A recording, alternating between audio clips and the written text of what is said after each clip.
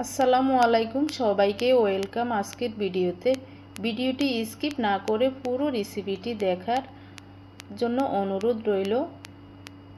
Jannatul's cooking fusion page থেকে আজকে তৈরি করে দেখাবো মোরগ পোলাও উইথ ডিম। এখানে আমি কয়েক পিস মুরগি কেটে ধুয়ে পানি ঝরিয়ে নিলাম।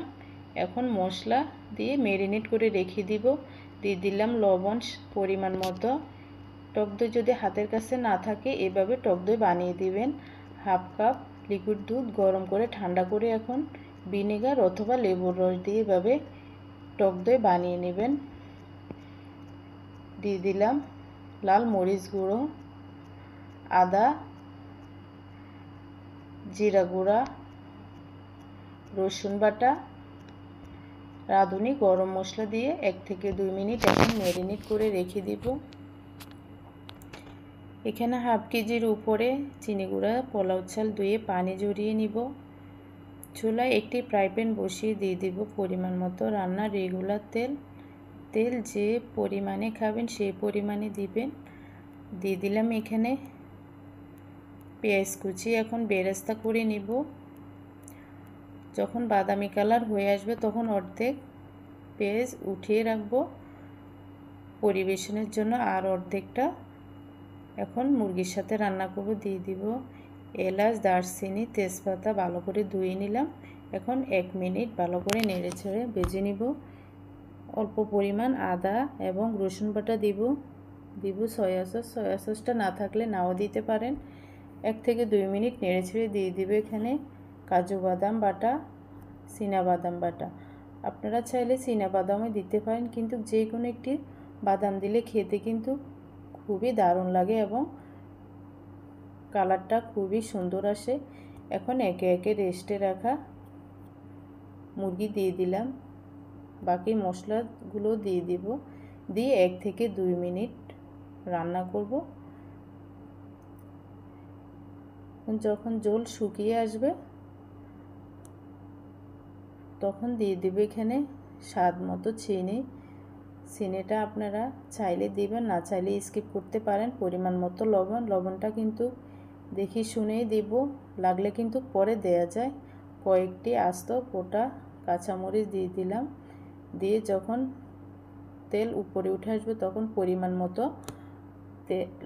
পানি দিয়ে রান্না করে নিব 2 থেকে 3 মিনিট, মুরগি যতক্ষণ পর্যন্ত সিদ্ধ না হয়। এখানে 5টি ডিম সিদ্ধ করে কাটা চামচের সাহায্যে এঁকে নিলাম। এখন মুরগির সাথে দিয়ে রান্না করে নিব। মুরগি রান্না হয়ে গেছে অলরেডি। এখন চুলা থেকে নামিয়ে নিব। চুলায় একটি এখন কড়াই বসিয়ে দিব, পোলাওটা রান্না করব। দিয়ে দিলাম পরিমাণ মতো সয়াবিন তেল, কিশমিশ, এলাচ, দারচিনি, তেজপাতা ভালো করে ধুয়ে নিলাম। 3-4টি কাঁচামরিচ ভেঙে দিলাম। দিয়ে এখন পোলাও চাল দিয়ে দিলাম ধুয়ে রাখা। দিয়ে 2-3 মিনিট নেড়েচেড়ে দিয়ে দিব লবণ পরিমাণ মতো। এখন রান্না করা মুরগির সাথে যে গ্রেভিগুলো, অর্ধেক পরিমাণ গ্রেভি দিয়ে দিব এখানে। দিয়ে পোলাওর সাথে নেড়েচেড়ে রান্না করব।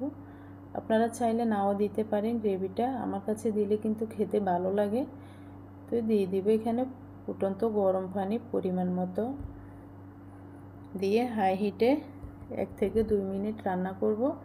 এরপরে ফুটে উঠে আসলে দিয়ে দেব লিকুইড দুধ না থাকলে গুঁড়ো দুধও দিতে পারেন। দিয়ে দিলাম এখানে একটু স্বাদ মতো চিনি।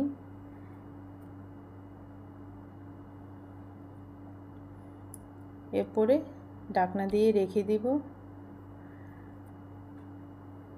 দেখেন পোলাওটা অলরেডি হয়ে গেছে।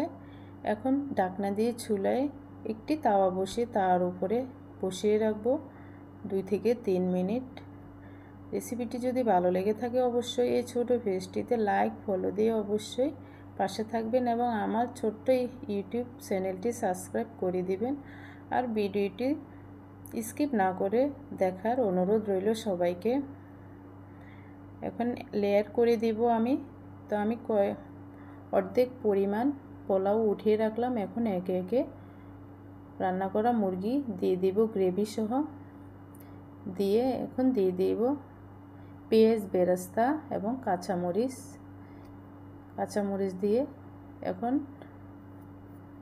দিয়ে দিব উঠিয়ে রাখা পোলাও দিয়ে আবার ডেকে দিব। আপনারা চাইলে এক লেয়ার করে দিতে পারেন। এখন উপরে ডিম দিয়ে সাজিয়ে দিব। দেখেন কতটাই দারুণ লাগতেছে। দিয়ে দিলাম পরিমাণ মতো এখানে বেরেস্তা রাখলাম যে ওইটা বেরেস্তাগুলো দিয়ে দিলাম। নামিয়ে নেওয়ার আগে ঘি দিয়ে পরিবেশন করুন আপনার পছন্দের ডিশে। একটি ডিম কেটে এখানে সাজিয়ে দিলাম, আপনারা চাইলে আস্ত দিতে পারেন। তো সবাই ভালো থাকবেন। আজকের মতো আল্লাহ হাফেজ।